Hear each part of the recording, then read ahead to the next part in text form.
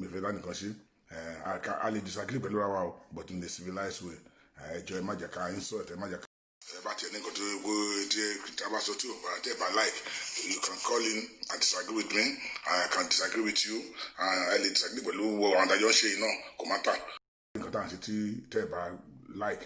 disagree pẹ̀lú wa argue out pé báyìí ni báyìí mi fi lè lè adé ìjẹ́mọ̀ so it's not the ẹ má jẹ́ ká insult ara ẹ má jẹ́ ká bóyá ọmọ kan that's why pé mo ever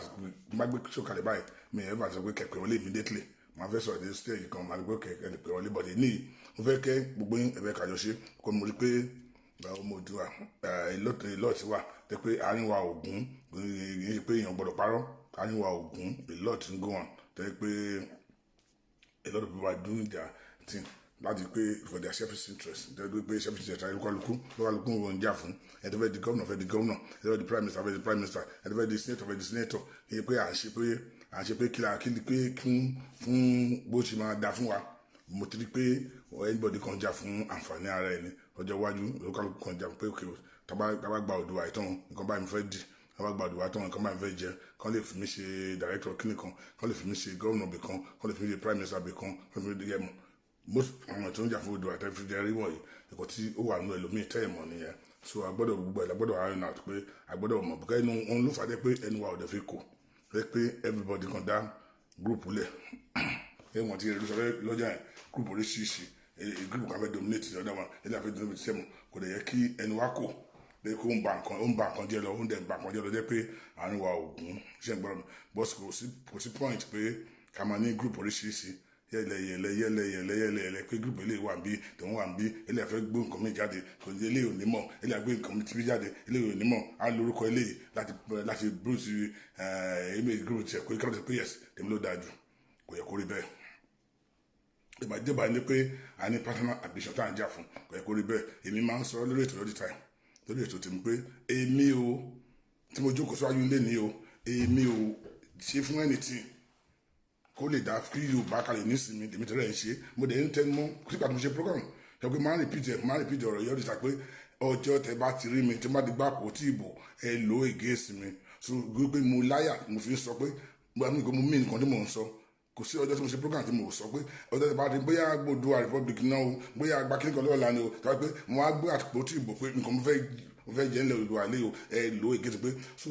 ariwo tó ń pàdé wúlò fún pé o fẹ́ torí pé o fẹ́ di nǹkan ńlẹ̀ Oòduà o fẹ́ di gómìnà o fẹ́ di prime minister ló fẹ́ ń ṣe èmi ò ṣe fún yẹn òun lèmi tí rẹ̀ ń parọ́ everyday pé kò sí pàtó mo ṣe program tí mo sọ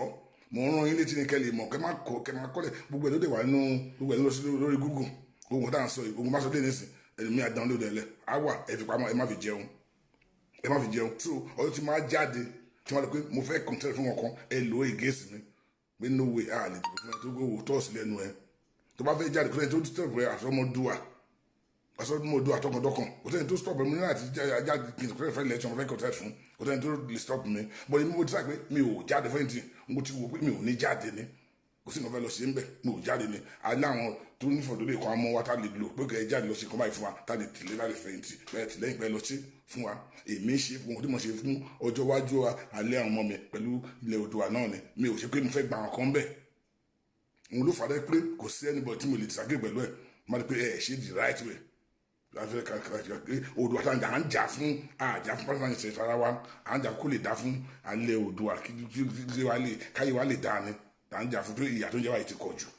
tó ń lè fi pé anytime bá jáde máa ń repeat ẹ̀ pé lórí pé mi fẹ́ kẹ́ gbàgbé lẹ́kìn máa sọ́ọ́ fìtẹ́ pé tí n bá ti jáde lọ́la o pé fẹ́ conservative election ẹ lò ó against mi ẹni tó bá láyà ló lè sọ̀rọ̀ ẹ̀ lọ́mú kí mi ò ní jáde mo kí mi ò ní jáde pé fẹ́ tó mo kí nǹkan tí mo ṣe ikọ́ mo ṣe tó pé mo fẹ́ gba nǹkan bẹ̀ òun lẹ́kìn máa repeat ẹ̀ ọ̀dà mi mo fẹ́ kẹ́ ẹ má gbàgbé ọ̀rọ̀ tí mo sọ fún yìí ẹ tó bá fẹ́ kọ́ rẹ́kọ̀dù alẹ́ tó rẹ́kọ̀dù ẹ̀ lẹ̀ ẹ má gbàgbé ọjọ́ mi tó má jáde ikú ò nípa àrùn nípa wa pé mo fẹ́ jáde fún ọjọ́ mi o ẹ lò against mi èmi ń ṣe fún kó lè dá fún ilẹ̀ Oòduà àdèmí tó gbóhùn tí mò ń ṣe èmi ń ṣe fún mo lè fi pé tèmi máa ń yàtọ̀ mo ti máa ń program máa ń yàtọ̀ tó kí mo kò sí ẹnìbọ̀ tí mi ò lè bínú tí bá jáde kọ́ mo lè bínú mo lè sọ̀rọ̀ tí bá wù pé tó mo fẹ́ ká ṣe mo yẹ kó rí ni olóòótọ́ lèmi dẹ̀ máa ń tẹ̀lé ó lè pẹ́ káwọn èèyàn tó mọ̀ pé òótọ́ ni mò ń jà lórí but later wọ́n máa mọ̀ pé máa yìí lóòótọ́ tó lè ń jà yìí lórí o bó kàn yé ṣe ó yàtọ̀ sí wa o mo lè yàtọ̀ o bọ̀ òótọ́ ló ń jà yìí lórí kí mo fẹ́ gba nǹkan bẹ̀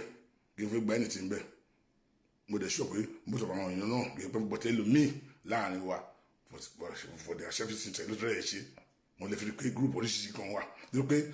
wọ́n pèsè ara wọn lẹ̀ tó lọ́jọ́ iwájú pé tí wọ́n fẹ́ tó bá dìbò ká gbòdò àtán pé àwọn la máa jókòó àwọn la máa sọ pé nǹkan báyìí fẹ́ ṣe àwọn la máa di prime minister àwọn la máa di kíní kan àwọn di governor àwọn la máa di kíní kan gọ́dọ̀ àwọn ìlú ṣe ni wọ́n ṣe fún èmi àti ẹ̀yin so ẹ jẹ́ kí gbogbo wa ẹ kí mo fẹ́ gbogbo akọ́rátá ẹ jẹ́ ká lajú wa lẹ̀ ká mú irú àwọn ẹ̀ka máa tẹ̀lé ká mú irú àwọn ẹ̀ka máa believe tó bá délẹ̀ tán ẹ máa bí ká so ìsìn ká máa gbogbo yín tẹ wà lórí ètò yìí ẹ má fọ ọmọ ìwà jẹ ẹ má fi fojú ẹ má sùn ẹ lajú kan lè ká má fojú kan sọ gbogbo wa tá à ń pariwo gbogbo wa tá à ń pariwo Oòduà ká máa sọ gbogbo wa one by one àtẹ̀tẹ̀ gbójú jáde o àtẹ̀tẹ̀ gbójú jáde o àtẹ̀tẹ̀ any organization ẹ máa sọ wa one by one ẹ máa sọ wa one by one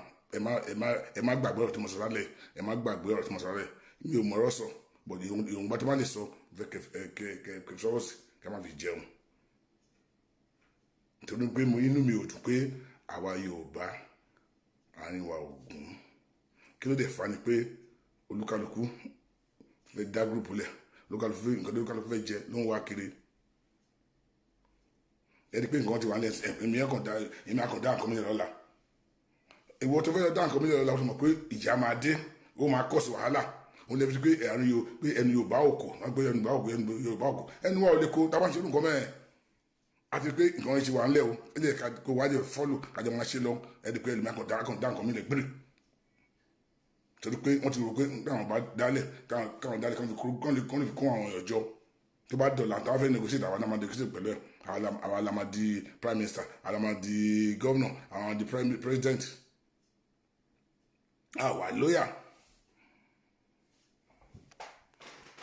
àwa lóyà sí group tàbí lọ́n tó pé àgbàtà dá nǹkan lẹ̀ so máa ń sọ dáhùn lọ́tọ̀ pé wá ìtẹ́nu Yorùbá òṣèkò kẹ́nu Yorùbá òṣèkò pé wá ìtẹ́ pé orúkọ lukú kékeré group eléyìí tí ò jọ ìpínlẹ̀ eléyìí kí ló tẹ́ parí ìgbà tí ẹ lọ dálẹ̀ mọ̀ kó máa kọ́ sí wàhálà nìkan tó dálẹ̀ ni adijọ́ ń fi hàn ṣọ̀kan ẹ kò yá bírílẹ̀kùn náà ẹ lọ dá àdá group lẹ̀ ẹ dẹ̀ expect pé ìjà ò ní dé ẹ dẹ̀ expect pé ẹnu wa fẹ́ kó ẹnu wa ò lè kó ó yẹ kẹtì rò tẹ́lẹ̀ kẹtì tó bẹ́ẹ̀ lọ ṣe ó yẹ kẹtì rò kó tó bẹ́ẹ̀ lọ ṣe òun ló fà á tí ẹnu Yorùbá fi kò tẹ́lẹ̀ pé ẹnu Yorùbá kò àwọn services kan tó wà láàrin wa tẹ́lẹ̀ pé wọ́n àbíṣọ́ ara wọn ló ń pọ̀ sí òun ló ń kọ̀ sí wàhálà so please irú Yorùbá ilẹ̀ Yorùbá tó fẹ́ gbà yìí Olúwa fún wa gbà Olúwa fún wa gbà. My sister from my island, how are you? Welcome on board. Káàbọ̀ sórí ètò yìí. Mo rí preaching tó ń ṣe lọ́jọ́ yẹn mo wà ń bẹ̀. Nkẹ́lá Brom làjọ ń wò ń bí. God bless you. More anointing. God bless you. Ọmọgbẹ́yìn. God bless you. So kí mò ń sọ pé gbogbo wa yẹ kí àjùkọ̀ kàrónú pé nǹkan tá à ń jà fún yìí o kì í ṣe fún àbíṣe ara wa. Kó lè dá fúnlẹ̀ Yorùbá látọ̀ ẹ̀ ń ṣe ìyà tó ń jẹ wáyé ti pọ̀ jù bẹ́ẹ̀ ni wà pàtẹ́ ní ọba kò bá lè fẹ́ àṣìwọ̀n fẹ́ ẹni wà tó ní ọba ti kò ṣeé ṣe. I was in the meeting today meeting Afẹ́nifẹ́re àwọn àmbẹ̀ fún lọ́n pẹ́pẹ́pẹ́pẹ́ lórí àwọn oní àkọ́ṣe kan tí mo bèrè níbẹ̀ ọdẹ ọkọ nìkan lè sọ pé anywhere tẹ bá ti lórúkọ Afẹ́nifẹ́re mọ́ lọ Afẹ́nifẹ́re nìkan àwọn they are not part of it wọn sì pọ̀ ọjà náà pàdé nǹkan tó bá ti gbọ́ lẹ́nu wọn ẹgbà ẹ̀ ignore ẹ̀ àwọn kọ́ kí nǹkan máa lórúkọ àwọn láti ṣe editing àwọn ò lọ́wọ́ sí lọ́tọ̀ àwọn ṣe ọ̀tọ̀ anybody tó mọ̀ stand wọn gbèsò tẹ bá lórúkọ Afẹ́nifẹ́re níbì kan pé èèyàn kan sọ pé wà ní group kan tí secretary bá ti sọ̀rọ̀ tí chairman Afẹ́nifẹ́re bá sọ̀rọ̀ ẹ má believe for anybody tó bá lórúkọ Afẹ́nifẹ́re wá sí inú ẹ̀ pé ẹ̀mọ̀ pọ̀ lóòótọ́ ni wọ́n máa dúró lórí ọ̀tọ̀ nìkan bá fẹ́ ṣe wọn àtọ́gbọ̀n fẹ́ ṣe wọn ní deny ẹ̀ so àwa tí à ń lọ fún protest ní on the 1st of October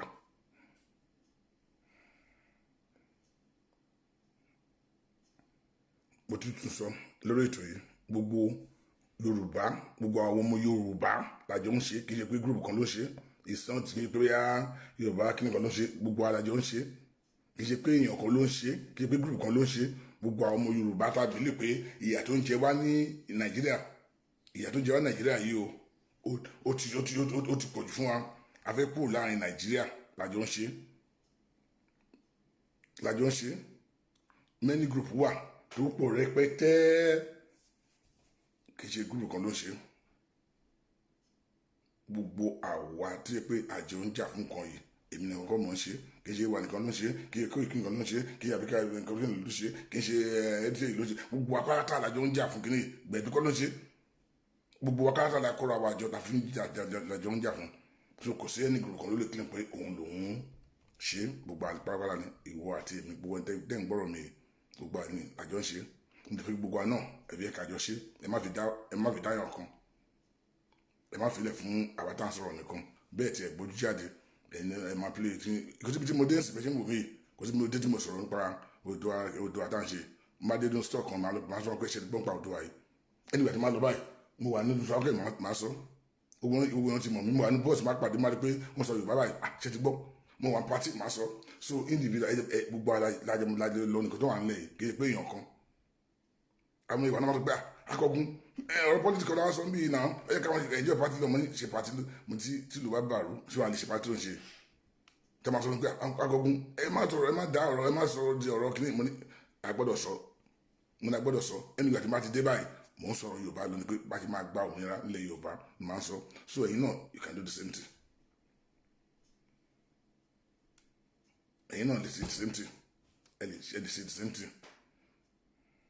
now àwọn kan wà nílẹ̀ Yorùbá ń sì lé pé nǹkan náà sọ yìí people like màá sọ every time àwọn bàbá Tinubu à ń kó wọ́n dá ń sọ yìí kò kàn wọ́n wọn ò tiẹ̀ lè dá wọn ò tiẹ̀ fẹ́ gbọ́n pa ẹ̀ ni wọn ò fẹ́ gbọ́n pa ẹ̀ ni irú àwọn tàyàn sípò lọ́dọ̀ wọn lọ́wọ́ yẹn gbogbo bí APC kìíní kan àbí ibi nǹkan tó wà ń bẹ wọn ò tiẹ̀ fẹ́ gbọ́ nǹkan táwọn sọ wọn ò tiẹ̀ ru wọn nú ni wọn ò tiẹ̀ fẹ́ gbọ́ torí pé for their personal ambition pé nǹkan tó fẹ́ jẹ ló wà lórí wọn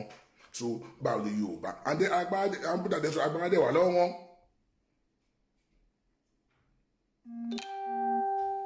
so n fẹ́ kẹ́ ẹ̀yin Yorùbá kẹ́ mọ àwọn tó ń dà wá nílẹ̀ Yorùbá tó fẹ́ kí Yorùbá ní ìlọsíwájú yóò kí Yorùbá lọ síwájú kò sí nǹkan tí bóyá Gbàjàbíàmílà kan àbí lẹ́gísítọ̀ kan àbí gọ́ọ̀nà kan lè sọ lẹ́yìn Tinubu láwọn tó wà ní gọ́ọ̀mẹ̀ntì lọ́wọ́lọ́wọ́ yìí kò sí ni tó lè sọ lẹ́yìn adájú lámẹ̀ Tinubu kò sí bí tó bá darí wọn náà ń lọ.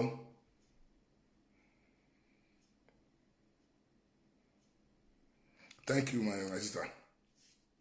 bí tó bá darí wọn náà ń lọ a ní serious problem nílẹ̀ Yorùbá tó dá àwọn kan wà tí pé wọn ò fẹ́ kó work to pay for their own service ambition Ṣọlá Ògúnṣọlá welcome on board so àwọn bíi agbọ́dọ̀ mọ̀ wọ́n àwọn bíi bàbá wa Bọ́lá Ahmed Tinubu pẹ̀lú àwọn tó ń wà gọ́ọ̀mẹ̀ntì lọ́wọ́lọ́wọ́ àwọn Yorùbá tó wà gọ́ọ̀mẹ̀ntì lọ́wọ́lọ́wọ́ sí àwọn ló ń fọwọ́ àgọ́ wa sẹ́yìn àwọn ò jẹ́ kí ní ìfẹ́ work àwọn ló ń fọwọ́ àgọ́ wa sẹ́yìn àwọn ló ń fa ọwọ́ àgọ́ wa sẹ́yìn lọ́wọ́lọ́wọ́ tàbí sọ̀rọ̀ lọ́wọ́lọ́wọ́ ìbáyé sọ̀rọ̀ yìí.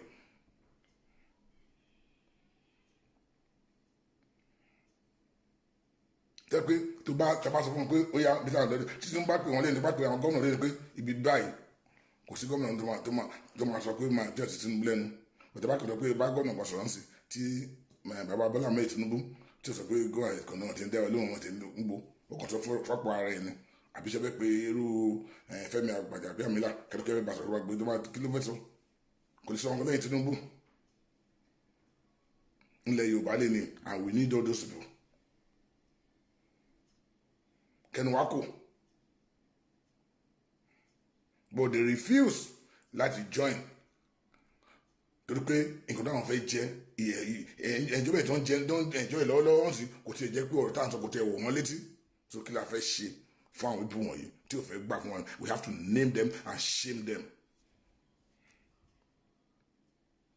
tábà alágbára ní kìsìnkà tábà ṣe fún gbogbo àfíà tó name them kẹ́sí káwọn ọmọ Yorùbá ká lè mọ̀ pé àwọn ilé ló ń fọwọ́ aago wa sẹ́yìn nílẹ̀ Yorùbá àwọn tí ò fẹ́ kí Yorùbá nílọ síwájú lélẹ́yìí ká máa name wọn ká lè máa ṣe mú wọn.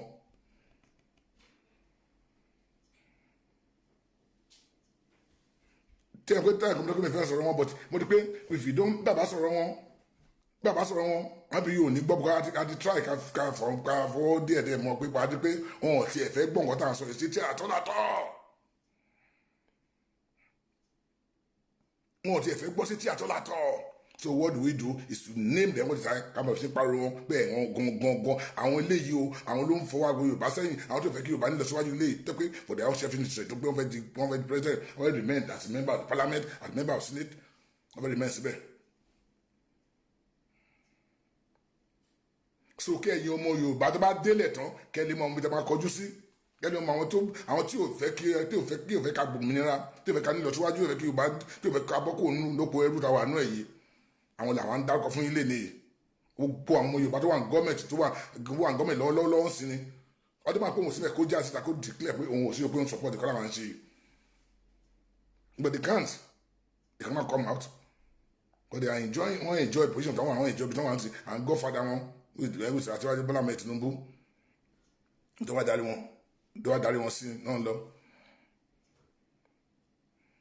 and this Aṣíwájú Bọ́lá Ahmed Tinubu tó sọ pé òun ò believe in one Nigeria tó ní kọ́ ló fi ń sọ pé àwọn ever believe one Nigeria tẹ́lẹ̀ why now tó pé tó fẹ́ di president bàbá ọ̀tẹ̀ fẹ́ gbọ́n wọn dáhùn sọ̀rọ̀ ṣétí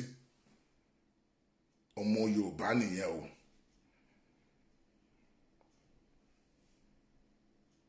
tó ń bó là ń lo àwa Yorùbá bó là wá ń lo àwa Yorùbá tó ń sọ pé àwọn tó ń sọ pé àwọn ò believe wọn àbí gbogbo àwọn tó sọ wọlé àwọn ìwà láyé wọ́n ti bí pépà náà gbé jáde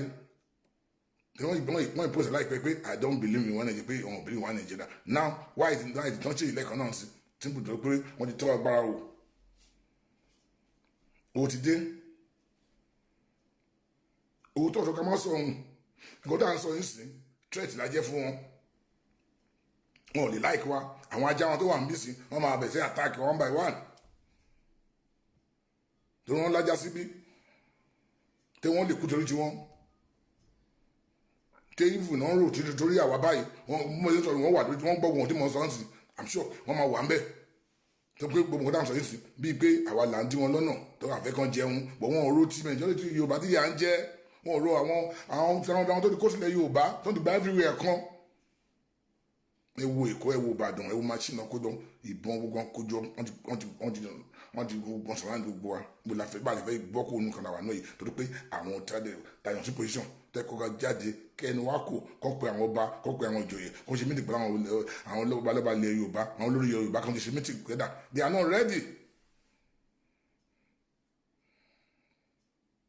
ready torí pé nǹkan tó ń jẹ lọ́wọ́lọ́wọ́ so ẹ̀yin Yorùbá a gbọ́dọ̀ náà ọdún tí wọ́n ti pé a gbọ́dọ̀ máa dárúkọ wọn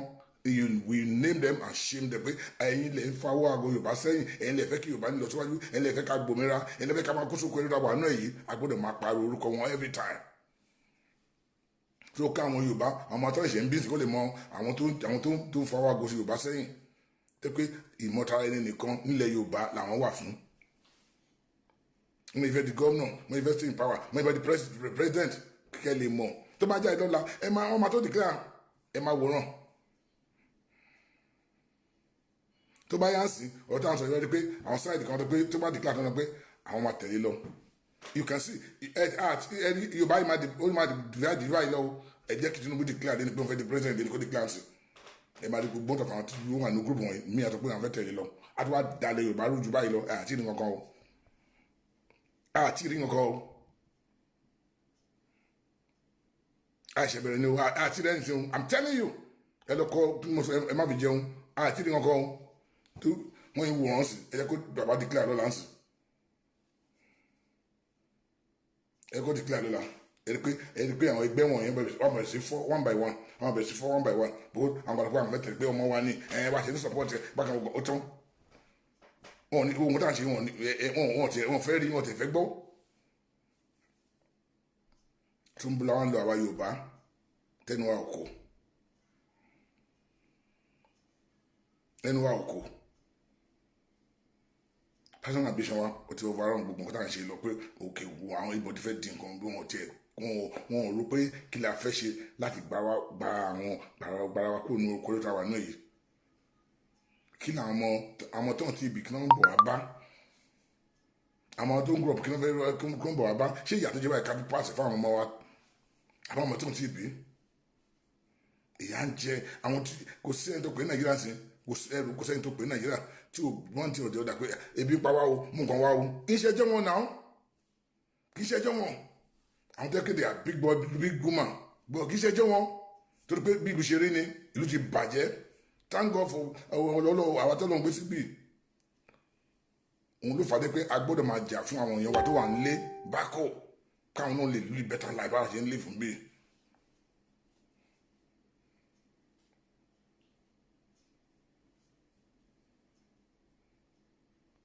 You know?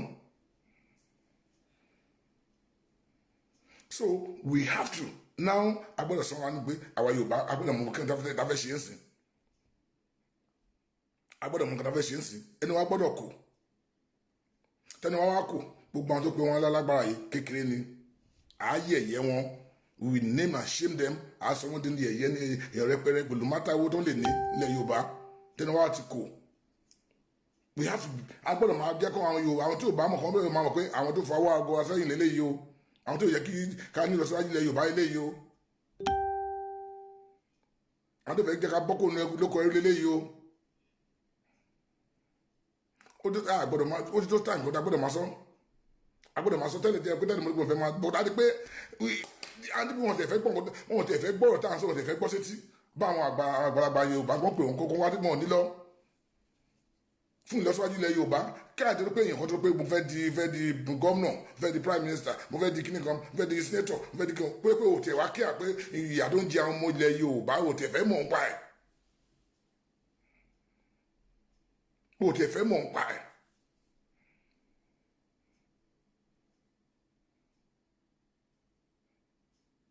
torí pé o ti wà ní gọ́ọ̀mẹ̀ntì lẹ́nìí bí àwọn bàbá Awólọ́wọ̀ bá ṣe bẹ́ẹ̀ àní máa pariwo Yorùbá tá à ń pariwo lẹ́ni náà bá àwọn bàbá Jásí bá ṣe bẹ́ẹ̀ àní máa pariwo Yorùbá Jásí lẹ́ni but àwọn tó wà pàwọn sí àwọn mọ́tò bẹ́ẹ̀ they are iglet government gẹ́gẹ́ bí ọ̀rọ̀ bàbá Adébánjọ they are iglet government ni wọ́n ò ní máa ìdára wọn nǹkan tí ọ̀gá wọn bá lọ kàn ṣe náà máa ṣe. ta ni wọ́n lájọ kan fẹ́ lọ́dọ̀ tó ọ̀gá tó gbé wọn síbẹ̀ ọjọ́ kejì náà máa gbọ̀n wọn yọ.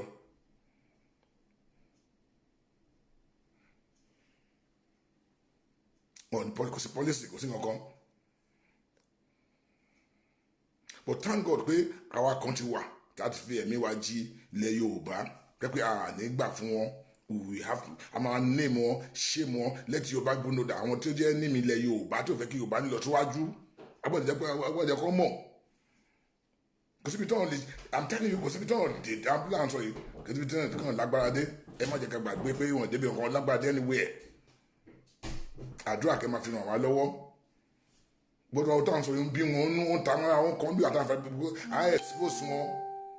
expose wọn inú wọn ò dẹ̀ dùn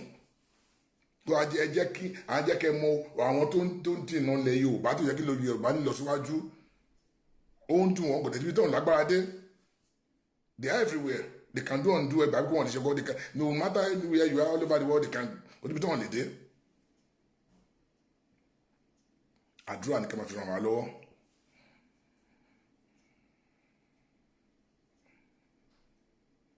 àdúrà ní ká máa fi ràn wá lọ́wọ́ torí pé àtìrí and then nǹkan tó lè lọ sí nílànà ni pé àwọn míì jẹ́ pé wọ́n tẹ̀ tí débẹ̀ ń sìn jẹ́ kí wọ́n ti débẹ̀ náà sí láàárín àwa náà àwọn náà ti ambition ti ń bẹ̀rẹ̀ àwọn ti ní sínú already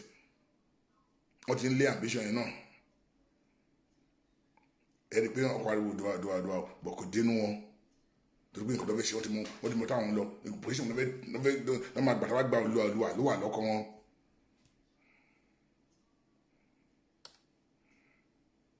ẹ kàn ní pé wọ́n gbá irọ́ ni wọ́n kò gbé kíní Oòduà torí irọ́ ni nǹkan tó wà nú wọn ẹ mọ̀ pé nǹkan tó wà nù pé nǹkan táwọn fẹ́ jẹ táwọn débẹ̀ tán lọ ló wà lọ́kàn wọ́n ti fẹ́ di gómìnà wọ́n fẹ́ di pé àwọn ló máa di prime minister lò bóyá prime minister fẹ́ yàn ni o bóyá president fẹ́ yàn wọ́n ti máa di náà wà bẹ́ẹ̀ náà ń lé yẹ pé nǹkan tí mi táwa tá nìkan fẹ́ gbà bẹ́ẹ̀ tá à ń no àwa díẹ̀ yẹ pé àwọn pé à ń ṣe fún ìlọsíwájú ilẹ̀ Yorùbá wọn ló fi ń fàdé pé máa ń sọ lójúmọ́ pé tí mo repeat mo lè repeat bẹ́ẹ̀ mẹ́wàá máa ṣe program pé ẹgbẹ́ kẹ́kọ́ lẹ̀ ọjọ́ tí a bá ti wá gbé àpótí bò you see against me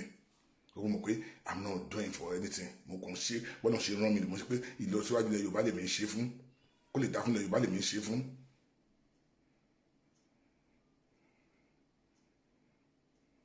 èmi ṣe fún but majority of our people mi nǹkan tó fẹ́ jẹ náà ń lé kiri a ní ẹni mi wà ní gbogbo ẹ̀ but who cares about ẹni mi ọ̀nà ẹni tó bá wà lórí òótọ́ máa lékè lọ́jọ́ kan òótọ́ máa lékè bọ́n mo kàn fẹ́ kẹ́ mọ̀ ní pé àárín Yorùbá ògùn o ní ọba parọ́ fún Yorùbá àríwá ògùn Yorùbá I'm telling you the fact yẹlẹ group kan sùn ní kí ló ń fa di group bí do I every minute torí pé for their selfish interest.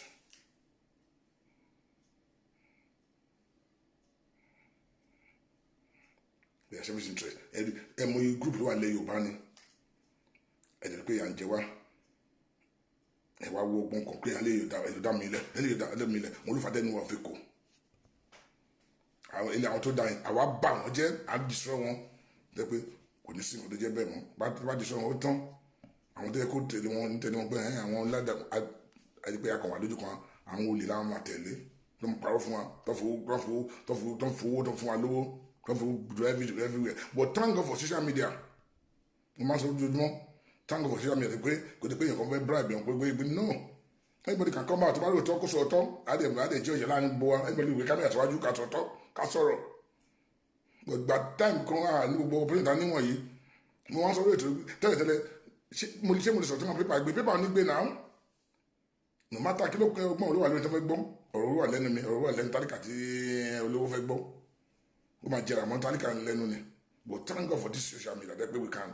speak our mind people will listen to us we expose these evil people tó wà ní gọ́ọ̀mẹ̀tì tó dàgbìlú jẹrà tó kún gọ́ọ̀mẹ̀tì tí wọ́n fẹ́ kí ilẹ̀ Yorùbá kan tí wọ́n fẹ́ ká nílọ síwájú tẹ́ pé wọ́n fẹ́ progress ilẹ̀ Yorùbá tẹ́ pé for their selfish interest lọ. That's why I only condemn all this new group don condemn like no like wọn pé kí lè ń dá group ṣiṣẹ́ lẹ̀ fún tẹ́bẹ̀kẹ́ ní personal ambition tẹ́bẹ̀kẹ́ why kí wọ́n kàn ti wọ́n lẹ̀ sẹ́lẹ̀ why táwọn àtọ̀ náà yẹn táwọn àti nǹkan tó dàka correct wọn kọ́yàn náà answer tàbí lọ́wọ́ pé báyìí ni why are you creating new group ẹnu àfikún nígbà tó pé tòun ló dájú nígbà tó pé tòun ló dájú tí mo lọ dùgbò ló dájú.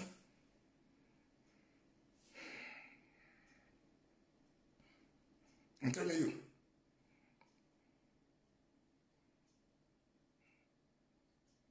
So it's when we must say I'm not when patapata don't taba anybody. We taba anybody but ma dúró lórí òótọ́ but ẹ jẹ́ ká stop gbogbo àwọn andari sisi kan dá group oríṣiríṣi lẹ̀ tábà yẹ pé oníkan tó fẹ́ gbà ń bẹ̀ ẹ ká fèsì ọmọ tó wà ní ká ṣe bóyá ká ṣe ilẹ̀ Yorùbá ká gbòmìnira ilẹ̀ Yorùbá ẹ kó jẹ́ focus wa pé bá fẹ́ gbòmìnira ilẹ̀ Yorùbá kí la fẹ́ ṣe yẹn ẹ kó jẹ́ focus wa ẹ bá jẹ́ ká gbàgbé èmi mo ṣe lè èmi mo ṣe tọ̀ group oríṣiríṣi ẹ ká gbàgbé ẹ̀ mo sọ kíní kan lórí ètò mo sọ lójú ìgbà táwa tàbí kíndàs mo ní consign ọmọ Yorùbá group ti wà lẹ̀ more than 3 or 4 years ago tàdá consign ọmọ Yorùbá dálẹ̀ but bàtà wọ́n bẹ̀rẹ̀ kíní ní 2 years ago or 1 year I never want to kẹ́yẹ ká lò because why ẹ gbogbo àjọ ṣe nǹkan together ni we can use that one but no a jẹ́ pé èèyàn ní personal ambition ní pé gbàgbọ́ kan ẹ jẹ́ kí lè ká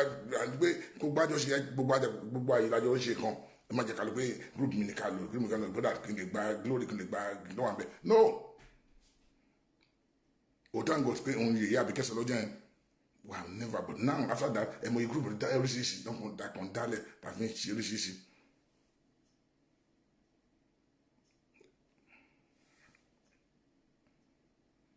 mi fẹ́ dárúkọ group kan mi fẹ́ dárúkọ di pé bóyá mò ń try discredit group kan báyìí group tán tí mo ti sọ̀rọ̀ group yẹn lórí kìíní rí orúkọ group yẹn lásán ẹni tó bá mọ history group yẹn ẹ̀rù á bà yín tó bá mọ history orúkọ yẹn mo ti sọ lórí peaceful clinic mi fẹ́ dárúkọ yẹn mú wọ́n ti pé bóyá mo ti gbọ́ orúkọ yẹn lásán I'm telling you and secret agents tó máa mọ̀ wọ́n máa wá gbọ́n yẹn tó bá ń jẹ́ orúkọ yẹn máa yàgbọ́ kiri Israel ló ti bẹ̀rẹ̀ orúkọ nǹkan bẹ́ẹ̀ yàgbọ́ pé Israel kìíní kan mi fẹ́ sọ kan Israel kìíní náà pé táìmù yẹn ẹni tí o bá di believe in that group wọ́n máa ń balẹ̀ ni ibẹ̀ ni orúkọ yẹn ti jáde òun làwọn náà tó wà dáwà Yorùbá ń sàrẹ́pà tó bá ń jẹ́ orúkọ bẹ́ẹ̀ so definitely orúkọ yẹn ti wà ń lẹ̀ àwọn Israel lọ́kọ́ bẹ̀rẹ̀ ọ̀hún kíní wọ̀nyí wọ́n bẹ̀rẹ̀ ní táìmù yẹn pé gbàtàn dá State of Israel lẹ̀ pé ó mà kọ́ báyìí mo ti gbàgbé orúkọ ó mà ló dá wọn lẹ̀ pé àwọn just secret kìíní náà ṣe fún níta yẹn pé ìwọ tó bá believe in that kìíní wọn mú ẹkọ lọ́nà ni orúkọ yẹn làwọn náà tó pé àwọn kan tó wà fún àwọn selfish trade irú ẹ̀ náà láti gbé wá fún ilẹ̀ Yorùbá so I will advise a lot of people tó bá gbọ́n pé èmi I can't be part of olóòmájàre because anything bá ṣe secret gbó orúkọ mẹ́rin secret yẹn máa bọ̀ gbẹ̀sẹ̀ wẹ̀ kiri ni pé because ọmọ orúkọ tí group yẹn wà fún. And we are peaceful something very violent and very one of the one peaceful group la wa ní là ń ṣe táwa ń ṣe so ẹ jẹ́ ká stop all this yẹlẹ group dálẹ̀ kiri ẹ jẹ́ ká stop ẹ torí wàhálà ló ń dálẹ̀ fúnlẹ̀ Yorùbá kò jẹ́ kẹ́nu wá kù adọ́gba à ń lọ bí báyìí à ń lọ dá group mi rẹ̀ adé àfọwọ́ ẹ̀yìn pé ẹ̀mí ètè I don't belong to this group I belong to this group ọ̀dọ̀ alẹ́ abẹ̀síndé pín àwọn kiri yẹlẹ àdé ní ìdí ẹ̀ lọ́wọ́ yìí kọ́ta nìkan yẹn pé ká unite under one umbrella pé ká abẹ̀síndé dá group yẹn rẹ̀ kiri tàbí mọ̀ pé a ní nǹkan tá a fẹ́ gbà bí tẹ́ pé ìgbà pé our selfish interest ẹ jẹ́ kí gbogbo àgbẹ̀ wà lójú kan. Let's forget about this new ẹjọ́ mo dẹ̀ sọ pé kẹ́nìbọ̀dì má pèsè any group kẹ́nìbọ̀dì má pe orúkọ mi sí ẹni kíní kan then I don't want anybody to invite me to any group tí mi ò fẹ́ yàtọ̀ sílẹ̀ tí wọ́n ta ti ń ṣe lágbèjọ́ mi ò fẹ́ kẹ́nìbọ̀dì má invite mi orúkọ mi because mi ò fẹ́ kó orúkọ mi fẹ́ wàhálà kórúkọ mi fẹ́ kórúkọ mi anybody má stay ní orúkọ tèmi yàtọ̀ sí gbogbo àjọ ń ṣe yẹn. Everybody might invite to come see me. Any can one under one umbrella. The right to dale kiri fake ni. For our service interest, our ambition our and work mi ò fẹ́ rú ẹ̀ mi wá fún personal ambition kankan bóyá mo dá fún ilẹ̀ Yorùbá lè mi wá fún bóyá mo gba òmìnira ilẹ̀ Yorùbá lè mi wá fún.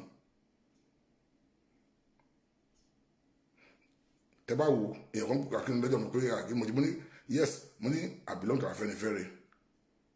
mo lè tún jà fún báyìí máa gba òmìnira kúlẹ̀ Yorùbá yes kò yé ẹlòmíì wọ́n ní báyìí mo ṣe ní méjì mo yes àwọn bàbá Afẹ́nifẹ́re tó wà ní Afẹ́nifẹ́re wọ́n kọ́ àrísọ́sọ́ Nàìjíríà akọ àríbáyà wà láàtijọ́ orúkọ àkókò ní autonomy èmi pẹ̀lú àwọn young group àwà àti pé afẹ́pọ̀ lára Nàìjíríà pé àfẹ́ Nàìjíríà mọ́ mo lè á sọ pé mo ní the two kò sí àtọ̀ ní méjì kí ló fàtà fẹ́ kó lára Nàìjíríà ni pé tó pé wọ́n fìyà jẹ wá so I cannot condemn ọ̀nà bàbá wa ń ṣe wọ́n ní right láti jà gbókè wọ́n mọ̀ ju gbogbo àwọn táyà wọn lọ bùtí káwọn náà máa ṣe tiwa káwọn bàbá náà máa ṣe tiwa lọ ìkan abọ́sùn méjì àmì sọ pé ó late mo ní kò late tábà ní autonomy ẹ má wo lọ bọ Yorùbá ló kọ́ ní self kìíní àwọn kọ́ gba òmìnira ní gbogbo Nàìjíríà West ló kọ́ gba òmìnira àyè ní 1957 kọ́ ni Yorùbá ló kọ́ ní autonomy olóńgbò ní wàá tó ká padà sí ní ẹ pé kò sí ní ìwọ̀n bá ní ìwọ̀n kò fẹ́ jẹ́ Nàìjíríà ni a máa ní representative wa níbí bí is like ambassador a máa represent wa nílùú òyìnbó ń bí a máa lo àṣẹ ní ìṣèjọba wò wá owó a máa fi nǹkan tó bá gbìn nǹkan tó bá ní state wa a fi develop region wa a máa lọ́lọ́ pàtí wa gbogbo nǹkan a ní nǹkan ṣe pẹ̀lú lórí tó máa pàápàá pẹ̀lú federal government is external affair pẹ̀lú defence tó tán ní ètò kù kò sóhun lágbára lé wa lórí a máa ní justice center ní gbogbo nǹkan tiwa. bet tó ń bá kọ̀ pé wọn ò fẹ́ nǹkan náà bàbá yẹn jà fún nìyẹn tó ń bá kọ̀ pé wọn ò fẹ́ yẹn o kò sí nǹkan tó jẹ́ Nàìjíríà àwa tí a ti wá yọ̀ nǹkan tó pé àti bàbá iṣẹ́ ẹ̀tẹ̀ bá ti ti yín lọ but àwa àti dúró dìgbà yẹn náà àwa àti fẹ́ Nàìjíríà mọ́ àwa àti fẹ́ Nàìjíríà àwa àti fẹ́ Nàìjíríà ẹ̀yin bàbá wa àkọ́ndẹ́mù yẹn máa ṣe nǹkan tẹ̀ ń ṣe lọ but àwa àti fẹ́ Nàìjíríà àti ń dúró de kíni ti pé but àwọn pì wọ́n ti gbà for granted àti fẹ́ Nàìjíríà mọ́ kí orúkọ máa ló ń lọ ẹ̀.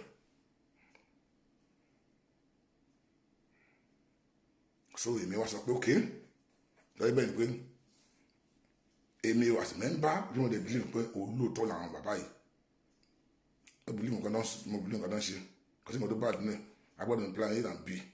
tí wọ́n lọ́dọ̀ tèmi plan B plan A ní ti ilé táwọn ṣe àwa tí lọ́dọ̀ tí wọ́n àwa táwọn ṣe plan B ni ti gbé ìtọ́jú àwọn ní plan A lọ́dọ̀ tí wọ́n mo ní kò sí nǹkan tó bá ní méjì together but a ní dákẹ́ ni so nǹkan tí ò yí àwọn ẹlòmíì náà ni tí wọ́n máa wò mí pé kí ni àmì ti máa ń sọ bákan kò yí àwọn èèyàn wa now tábà jà pé lọ́dọ̀ pé wọn ò fẹ́ àti ní gbogbo nǹkan láwọn fi jà àti ní gbogbo ẹ̀fíṣẹ̀ lọ́wọ́ wa ní táìmì yẹn tí ẹni tí máa happen ní Nàìjíríà kò sẹ́ni tó máa blame wa mọ́ táìmì yẹn the whole world will know but yes we tried our best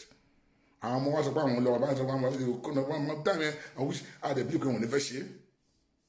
ò ní fẹ́ ṣe àwọn wa sọ pé àwọn wa sọ pé àwọn ń lọ àwọn tẹ̀lé Nàìjíríà mọ́ yẹ bá wa sọ pé a fẹ́ ṣe Nàìjíríà kẹ́ fún wa ní autonomy yẹn lẹ́lẹ́ṣẹ́ àwọn wa sọ pé àwọn lọ ẹ̀yin Daniel country má wo àṣẹ Nàìjíríà mọ́ o àti try best wa tó àwọn bí yìí ò fẹ́ gbọ́ tó di àtúntò we can do àfẹ́ Nàìjíríà mọ́ that time àwọn òde owó àwọn ìdìbò pé yes ó tọ́ ni evidence ilé ó máa yìí fún wa ìjà máa yìí fún wa àti ìjà ń tà ní. So that's why we cannot condemn anyone out of the two.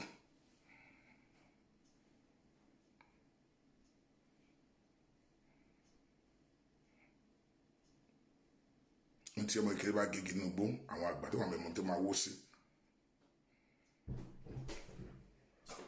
Open that door down. Open that door for me. Open the door. Open the door. Open the door too. Let me get fresh in here. Right? So, méjì lóye tí o dá Michael good evening welcome on board good evening lóye tí o dá but kí la fẹ́ ṣe ẹni wa gbọ́dọ̀ kọ̀ we have to work together àti bàbá o àtọmọdé o bọ́dé o ṣiṣẹ́ together. Àgbọ̀dọ̀ bára wa jà àgbọ̀dọ̀ pé èèyàn kan ṣe gangan àgbọ̀dọ̀ pé èèyàn wà ń bí o kájọba ìka ìtì ẹgbẹ́ náà àgbọ̀dọ̀ kájọ òjò ṣiṣẹ́ together wọ́n àti rẹ pé the same goal dàbẹ́ ìbò kí n pé ká máa pé ara yẹ lẹ́kiri ọ̀ ká máa tó pé èèyàn kan ṣe báyìí ká wá sọ pé ká sọ díẹ̀ ní mi kò náà.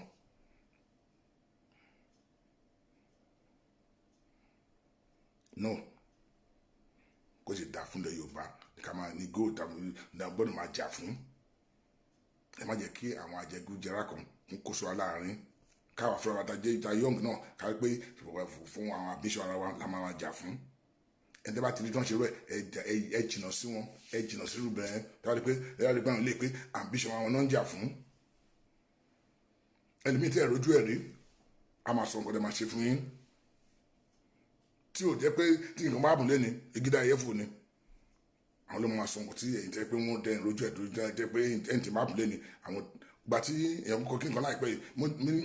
gbogbo yín ẹ̀ mọ̀ mo díẹ̀ ló mọ̀ láàrin yín tí ẹ̀ ń gbomi lálẹ́ yìí wọ́n ṣe ìwé kan gbogbo àwa tí à ń gbójú jáde pátá wọ́n ní kan bẹ̀rẹ̀ sí náà attack wa one by one bóyá many of you ẹgbẹ́ mọ kí ni ó dáa akọ̀ndákẹ́ akọ̀sọ̀rọ̀ ń pa ẹ̀ àsọ̀rọ̀ bá akọ̀fẹ́ sọ̀rọ̀ káfí pé kò sọ̀rọ̀ ń bẹ̀ akọ̀tí ẹ̀ sọ̀rọ̀ kan akọ̀fí kò sọ̀rọ̀ ń bẹ̀ ń dárúkọ mi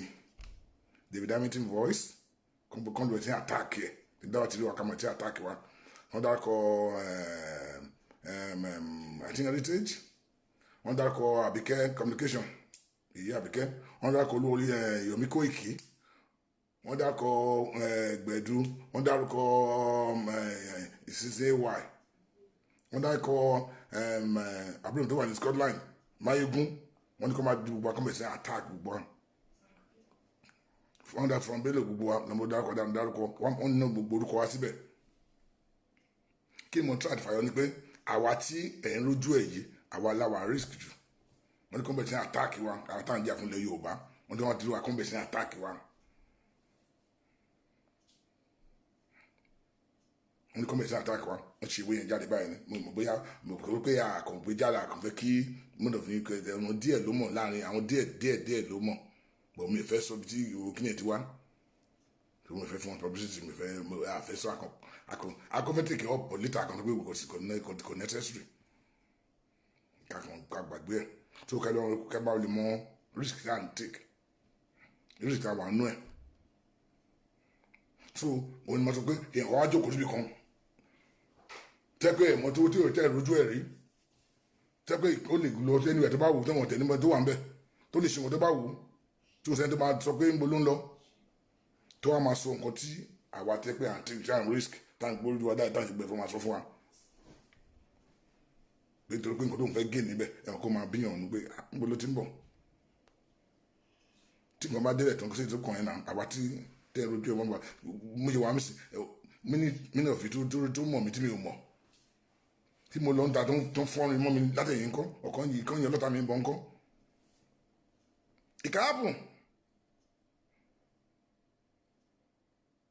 ìkàápù torí pé ìmọ̀lẹ́ ọ̀bí tó mọ̀ mí pé ẹ̀ máa yẹn lé tó fẹ́ kí Yorùbá break ló fẹ́ ká break Yorùbá yẹn lé ìyẹn lé àbíkèké Nàìjíríà kankan kan pẹ́ sí mi lọ́jọ́ àwọn DSS ṣé mo lè lọ Nàìjíríà báyìí ni mo tó bẹ́ẹ̀ náà akọ gbàgbé lọ sínú DSS ebi bọ́ọ̀lù àtàwọn ìmúṣọ ìwà ń bẹ̀ wọn ti filẹ̀ dì náà àwọn ìyá tá à ń jẹ nìyẹn òkè ọkọ̀ wájú kò níbi kan tọkùn fẹ́ ní kò jọ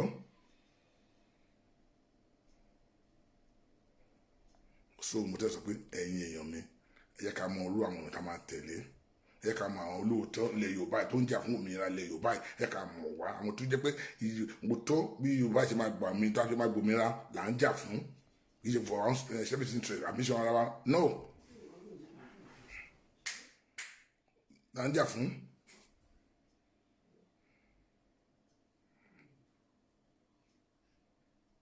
àwọn màmá wa kọ irú àjùfọ̀ bàjẹ́nsì free kìíní àdéhùn àmì tí àdéhùn àgbò ẹ̀ lẹ́ni ni everybody contribute pé ok ilé Yorùbá ti wà ní ìlọsíwájú every time ẹni bí Yorùbá ti wà ní ìlọsíwájú gbogbo ẹ̀ náà every time náà ṣe kọ́ kí mọ̀ mọ̀ sẹ́ gbogbo àlejò ṣe méjìlá lè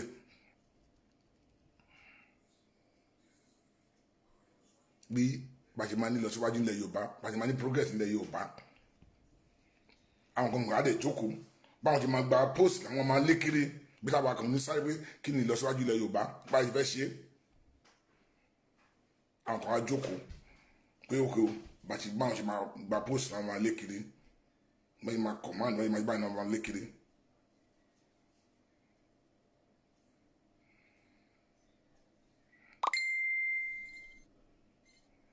so ẹ jẹ́ ká ṣe àfẹ́sọ̀ àkàmọ́ àwọn èèyàn tó yẹ pé òun lè jà fúnlẹ̀ Yorùbá yìí tó ń fòótọ́ fúnlẹ̀ Yorùbá tó fẹ́ lọ síwájú fúnlẹ̀ Yorùbá tó yẹ pé for their service interest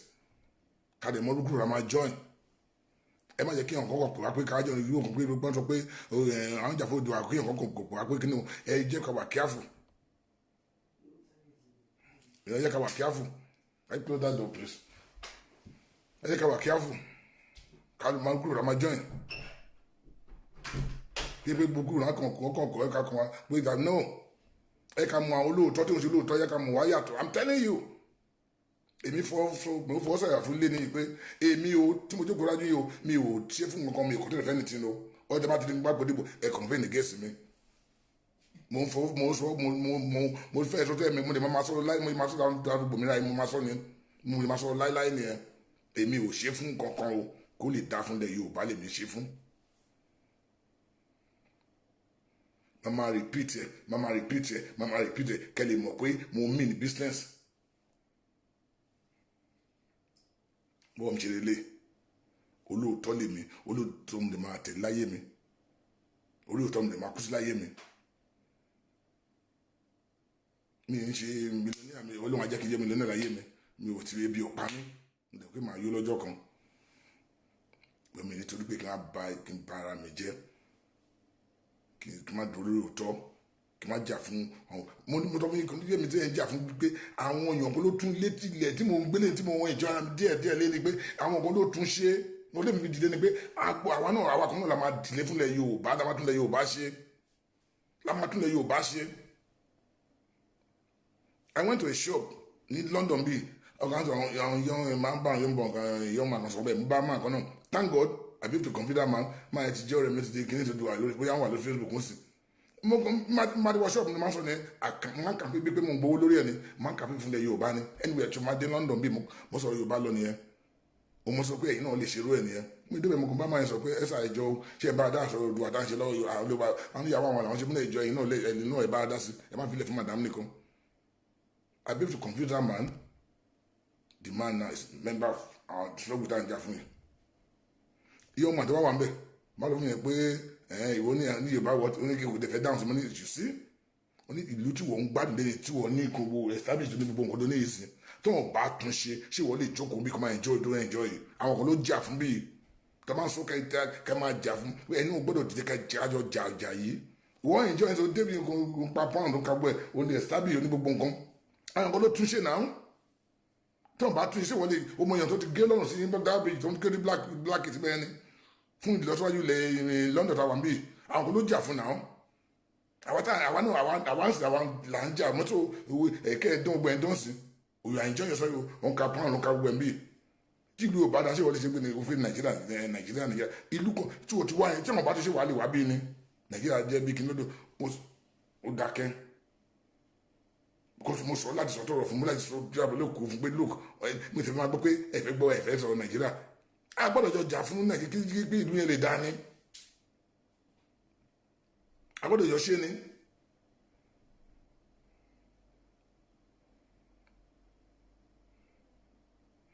kàdé pé ẹ̀mí ìfẹ́ dá sí ìfẹ́ dá you are enjoying yourself you know what you know mo constitution náà tó gbó bí kò sí nípa tí mo náà lọ o ọ̀lẹ́ tí máa charge náà mi nìkan lóko olúwa yìí máa pèsè owó dáná charge náà yẹn ìgòlì burúkú kí n máa lò ó charge náà yẹn tí o bá charge náà nìkan bí iná máa kú mọ́ ẹ lórí láti yí ẹ going to 30 tí mo ti wá ń dojú kò tí pé bóyá wọn múnú kan lọ bí wọn paná mi lójú rí no ọ̀lẹ́ tó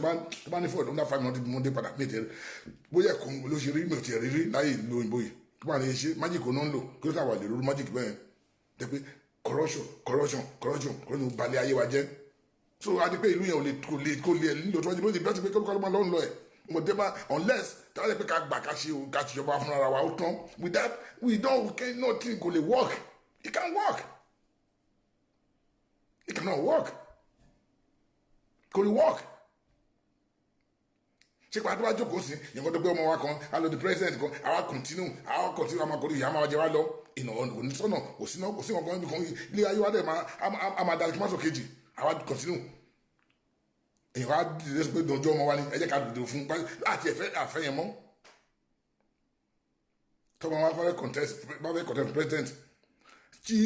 bàbá Tinubu wa fẹ́ contest president lọ́dà kan wà agree pé okay o fẹ́ contest president okay o let's make the central week why we go long contest but Tinubu kò bá rí bẹ́ẹ̀ ni but that time kò sí mọ́ ní trent amọ̀ okay tí o fẹ́ ká support yẹ o fẹ́ ká support yẹ àsọ̀bọ̀ wa okay you know what yẹ kí gọ́ọ̀mẹ̀ntì tó wà power ẹ̀ sí let's make the agbára tó wà ní tẹ́lẹ̀ yẹ ká make a week kó má sí agbára nǹkan ní central gbogbo àyẹ̀kẹ́ dalẹ̀ region ọ̀mọ́ lórí ká dalẹ̀ region lórí kí region kan ló kó lágbára ká ní autonomy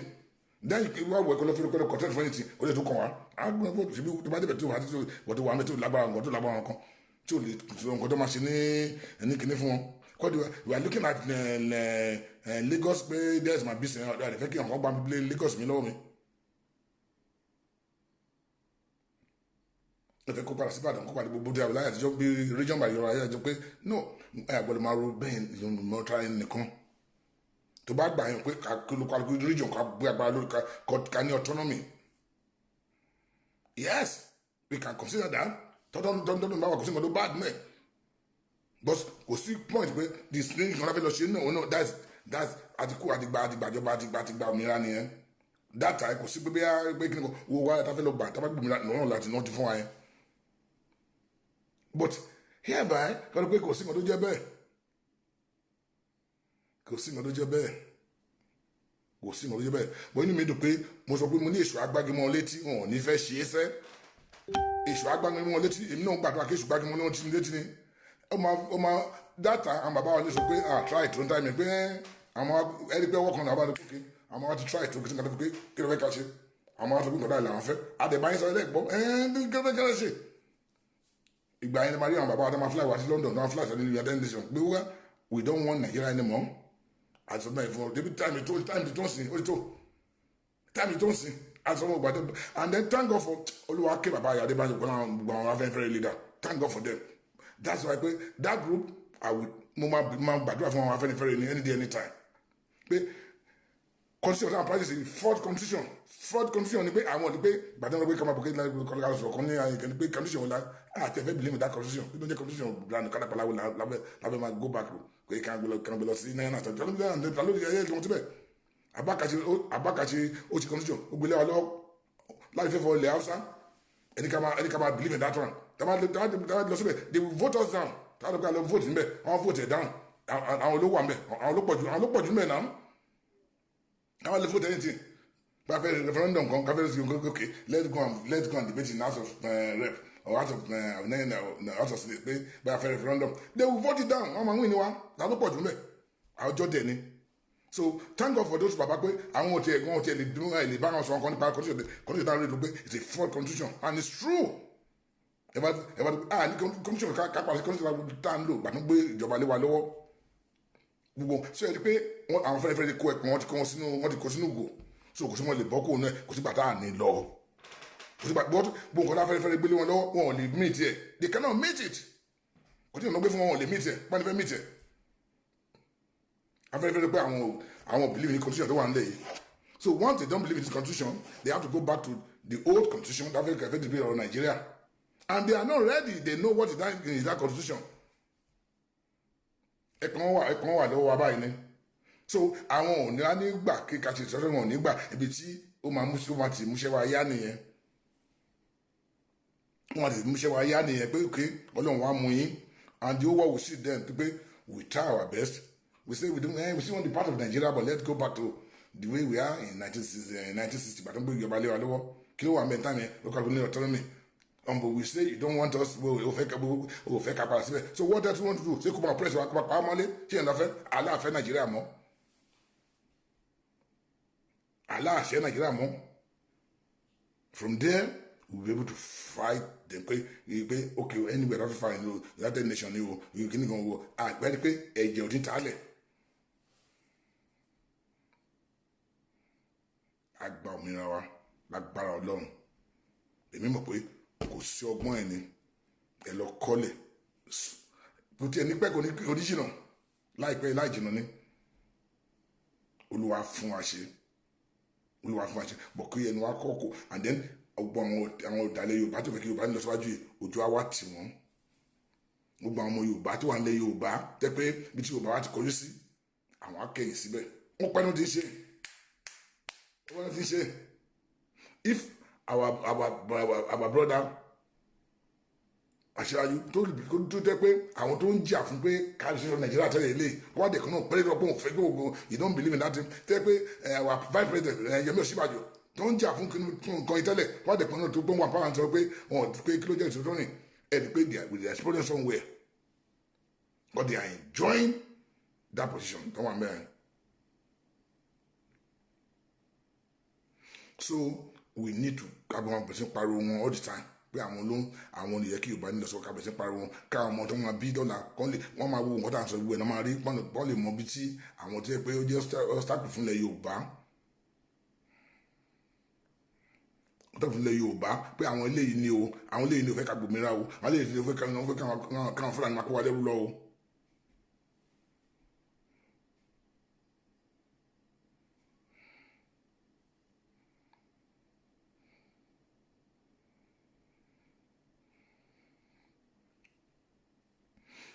Now ẹ jẹ́ ká máa ṣe táwa ṣe lọ ẹ má jẹ́ ká dákẹ́ ká bá expose wọn the whole world ká máa rí wọn tá à ń ṣe. Like I said, you are free to call in. You are free to call in. Mo tọ́ pé mi fẹ́ dání kan ṣe program yìí. I want people to call in to 074-4869-5361. Number wa lórí kìíní bẹ̀rẹ̀ náà 074-4869-5361. Mo fẹ́ kẹ́ pé wọlé ẹni bá fẹ́ pòlí kó fẹ́ contribute. I don't want to do it alone. You can disagree with me in a civilized way, in a polite way. We don't need to fight. Or the most only matter is that we are talking rubbish, Mr. Meeting, or whatever, or Mr. Molo, or Kakogun. You can disagree with me. But if I do bad, then if I say, okay, stand in the middle, it doesn't matter. I cannot impose my own stand, impose a little lorry. But the only thing that I will not tolerate is to disrespect either on my program or swear for any other on my program. That is no go area. That's no go area. That's the way I do my thing. Kò sí ọ̀nà àti disrespect àgbàlagbà. We can disagree with them. We can disagree with them. But in a civilized way, àgbọ̀dọ̀ ṣe nǹkan tí ẹ̀gún máa fi wà lórí wa pé àwa náà bá dé position wọn lọ́jọ́ kan àwọn èkì wọn ọmọ àgbà yìí ẹ̀yẹ wa wọn bẹ̀ ṣe pé fún wa àgbọ̀dọ̀ ṣe ní gbogbo nǹkan náà ṣe ọdún máa yẹ kí n gbẹ́gun.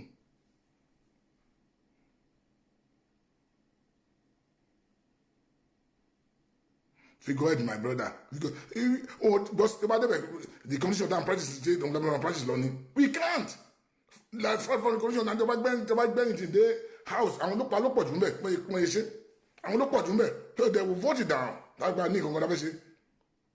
táwọn mo sọ kí nìkan pàdé ẹ̀yẹ́ pé pẹ̀lú ṣíṣe wà dáṣọ ní táyà kákọ̀ bẹ̀rẹ̀ kínní tẹ́lẹ̀ ọ̀rọ̀ pé bóyá ká lọ fún referendum mo ní ìwà kò lè jọ́ mo ní because wọ́n á gbé referendum pé ká lọ vote ká lọ sí kíni ká lọ mo ní wọ́n referendum mo ní tá bá vote níbẹ̀ wọ́n vote it down wọ́n máa defeat wa bọ́ àwọn tó pọ̀ jù ní house wọ́n manipulate pọ́n pa àwọn làwọn pé àfẹ́ nàìjíríà fẹ́ lọ fún nàìjíríà àwọn mọ̀ pé majority of nàìjíríà tó fẹ́ pé o wọ́n á tó pé no so bẹ́ẹ̀ sì kíkà gbàdì machine ti pé nǹkan náà ṣe náà la máa ṣe àwọn fi kún bẹ́ẹ̀ we have to sit down ká gbàgbé gbàgbé jókòó náírà assembly kan on the round table kí ló kálukú pé ká wá sí àbúrò àwọn tó sọ wá pọ̀ nbí ká wá jókòó wà ní wọn pé ókè o ẹ jẹ́ kí ló kálukú lọ́nà lọ ẹ̀ o láìsí yà láìsí wọn kan láìsí yà láìsí wọn kan kí ló kálukú máa lọ́nà lọ ẹ̀. kólúkọ́ máa lọ́nà lọ ẹ̀ kájú wá lọ́nà bíi ká parí ẹ̀ bẹ́ẹ̀ ní Amẹ́ríkà fẹ́ẹ́ kájú òkú pé kólúkọ́ máa lọ́nà lọ o àfẹ́ Nàìjíríà mọ́ o gòdè síjà kò sí wàhálà gbàtí gbogbo mẹjọ tó rẹ pé àwọn ń lọ bọ́kọ́tà ló pé kálọ̀ vote kan léwu tí báwọn lómi INEC àwọn kan pààrọ̀ kan síbẹ̀ wọ́n làwọn akọ̀kọ́ ohun kíní kan láti Nìjẹ́ ní kó kíní kan àwọn vote wọn ni pé mẹjọ tó Nàìjíríà sí pé àwọn fẹ́ lọ but àti kàtà referendum bẹ́ẹ̀ àfẹ́ lọ bẹ́ẹ̀ àní lọ yeah you say ilẹ̀ Yorùbá lọ pé referendum and then majority àwọn tó wà power sí they will bribe a lot of people tí o mọ̀ wọ́n gbé wọn lọ́wọ́ tí inú àwọn bàbá tó wà mẹ́tò tó fà fún admission àwọn sí they will bribe a lot of supporter vote it down that we don't want to go out of Nigeria if àwọn ti pariwo ti pé wọ́n fẹ́ kó lọ Nigeria láwọn Yorùbá pé àwọn alákọ̀ọ́ pariwo owó ló sọ̀rọ̀ tó ká lọ ṣe referendum kan àwọn tó máa lo ìgéṣ wa ni ẹni pé àní win once ká lè referendum kí ló ń lọ pé òkè afẹ́kọ̀ọ́ lọ Nigeria pé afẹ́kọ̀ọ́ lọ Nigeria ẹni pé wọ́n á vote báyìí àwa la máa lose tó ká gbàgbé referendum kan because a lè win wọn ni so the best thing pé kó a jókòó sí one table àgbàgbé àmùkànnà all this under this the first commission náà gbélé the fraud commission náà gbélé yìí a lè win a lè defeat wọn bẹ̀. Or maybe we go to international court international court ká gbé wọn lọ but we have the constitution. Àwọn bàbá kango fún àwọn bàbá Adébánjọ wọ́n ní àwọn international lawyer wọ́n ní gbogbo kango àbáyé wà láyé kó ló wà máa fìfẹ́ ẹ̀ṣọ́ wọn kó ló wà àdúrà tó mọ̀ ń gbà nìyẹn bàbá Adébánjọ kó ló wà máa lọ́wọ́ àrẹ wọn fún wọn bẹ́ẹ̀ wọn tó kù tó ìwà láyé tó ń jà fún negotiation tá ń jà fún wọn ìwà láyé they will to go to international court láti defend ilẹ̀ Yorùbá pé this is not what they fight for. Ìkànnì jà fún táyà lẹ́yìn we fought for social condition they give us and at the joko at the gbàdáfẹ́ṣe Nàìjíríà and then àdàpẹ́ àti Nàìjíríà mọ́ time kan lè gbàdáfẹ́ àfẹ́ṣe Nàìjíríà mọ́ we have the right pé after 100 years pé àdàpẹ́ àti Nàìjíríà mọ́ we have the right pàfẹ́ lọ so they will sit down round table so kí la máa ṣe like round table ni pé nǹkan tá à ń ṣe náà la máa ṣe nǹkan tá à ń ṣe ká continue bọ̀ kẹ́ni wá kò tẹnu wá bá ti kò ẹ̀ di pé a máa ṣe a máa succeed or musulman nǹkan pé we go to Otoge then you don't take share presentation and then bá ṣe Otoge yẹn bóyá ìgbà ní wájú kò round table I'm telling you ìgbà ní wájú kò round table Otoge tàbá ṣe peaceful revolution they want to harass us they want to intimidate us but tàbá yìí sí pé this is what we want tàbá yìí sí pé this is what we want èmi sọ fún mi pé tàbá ṣe ẹni pé èmi sọ fún mi pé kò sí wọn ṣe wọn lè mú tábàtàbà ti kọjá tábà ti ṣe peaceful kínní kọ́ wọ́n ṣe kọ́ńtínú wọn àwọn dis ìdìbò sí náà pé ẹ lè pa àwọn ọmọ wa o ẹ lè ṣe nǹkan fún àwọn ọmọ wa o they stand up pé láíláí kí lè ṣe táwọn ọmọ wa kí lè ṣe wọn a sọ fún yín pé kẹsì nǹkan báyìí lè ṣe àwọn ọmọ wa dè ní láì sọ pé àwọn ń lọ of course àwọn ló jáde tó ń ríṣẹ́ àwọn ìyá ń jẹ àwọn ló ní long way to go kí ẹ fẹ́ kàn ṣe gbàdá bàbá yín sọ pé kẹsì báyìí ṣe bẹ́ẹ̀ lẹ́gbẹ́ ṣe so ẹ lọ pé ẹ̀rẹ́ sí wọn ṣe ẹ fẹ́ pa àwọn afẹ́ ṣe nǹkan fún wọn you can't ẹ lè ṣe bẹ́ẹ̀ fún ànígbà ìgbàlẹ̀ mọ̀lẹ́kọ́ àwọn bàbá yẹn máa jáde ìgbà ní mo bẹ̀rẹ̀ sí lo kọ́ni ọ̀nà ní all over the world pé àdúrà tí mo gbà pé kọ́lọ́n kéèṣù di wọ́n létí kọ́ máa gbọ́rọ̀ ó máa múṣẹ́ yá ni and then gbogbo àwọn ọlẹ̀tẹ̀ Yorùbá wọ́n sá kàtàkàtà ẹ̀ lọ́kọ́lẹ̀ wọ́n sá ìyàwó wọn di ìyàwó ẹlẹ́ni ọkọ wọn dọkọ ọlọ́kọ ẹ̀yin ẹ̀rí nǹkan dábò ẹ̀jẹ̀ kọ́ bẹ̀rẹ̀ ṣé náà nígbà wọn gbọ́ by force tó máa ń darí ti pé àní wọn ṣe mí revolution á gbé wọn lọ àti mọ̀ wọn àti all our politicians àti gbogbo ìpàdátà gbogbo àwọn politicians ilẹ̀ Yorùbá là ń bá wíńsì ìsanwó one politician gbogbo politicians ilẹ̀ Yorùbá là ń bá wíńsì by the time we start that peaceful revolution wọn ló máa consume wọn tó bá kọ tó ń bá ti ṣe nǹkan the necessary pé tó bá da fún ilẹ̀ Yorùbá tó bá support wa you will see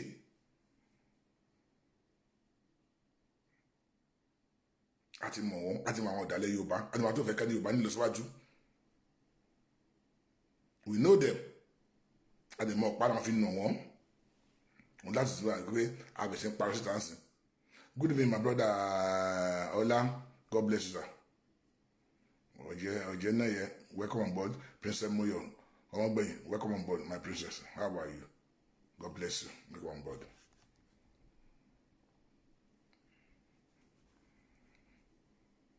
Ahmed Adewale, welcome on board, sir. God bless you. So, ọ̀pá náà fi nà wọ́n ti wà lọ́wọ́ wa. Ṣé díẹ̀ ni àmàdé ọgbọ́n làwọn fi ṣe ọgbọ́n làwọn fi jà àmà jà yìí lágbára Ọlọ́run ẹ máa wòran àgbàgbà àdúgbò kọ́ ni music àdúrà tí mo gbà pé kí èṣù di wọ́n létí ó fi mí ṣe yá ni àwọn bàbá yẹn ní wọ́n dá ń ṣe wọ́n dé wà lẹ́yìn wa bí ké ń wọ́n gbọ́dọ̀ ṣẹ́ni ti fún wa kọ́ máa ṣe kọ́ ní kọ́ ṣe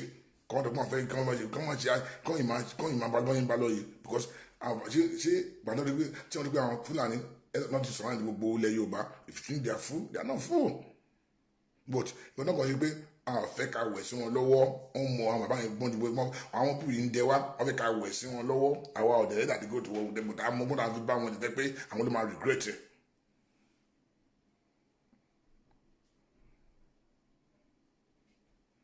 àwọn ló máa regret it àwọn ló máa regret ẹ̀. Wọ́n ní opportunity sì kàn ti ṣe the necessary thing now, but wọ́n fẹ́ kí wọ́n fẹ́ ká òkè sí wọn lọ́wọ́, wọ́n fẹ́ tàn wá wọnú wọ́ ọgbọ́n tó ń dá nìyẹn. Àwa ọ̀dẹ̀ rẹ́dì bẹ́ẹ̀, à ń ṣe bẹ́ẹ̀, à ń yọ̀dẹ̀ bẹ́ẹ̀, àgọ̀ débẹ̀. Nígbà táwọn kan tó pé bẹ́ẹ̀ Gani Adams, I just laugh. Gani Adams will not just go to war. He was not a foolish man. You not just go and attack anybody. They will get him arrested. They will deal with him. He's not a foolish man. He's not a foolish man. He know what to do at the right time. But they fake government line any government in one lose. We don't just go there attack him. No. Only attention no ma trigger it. Enough. That time, because you don't get government one time here. But you don't just go now, with that clinic. But I want to hear I want to hear I want to situation to put on governor, legislators.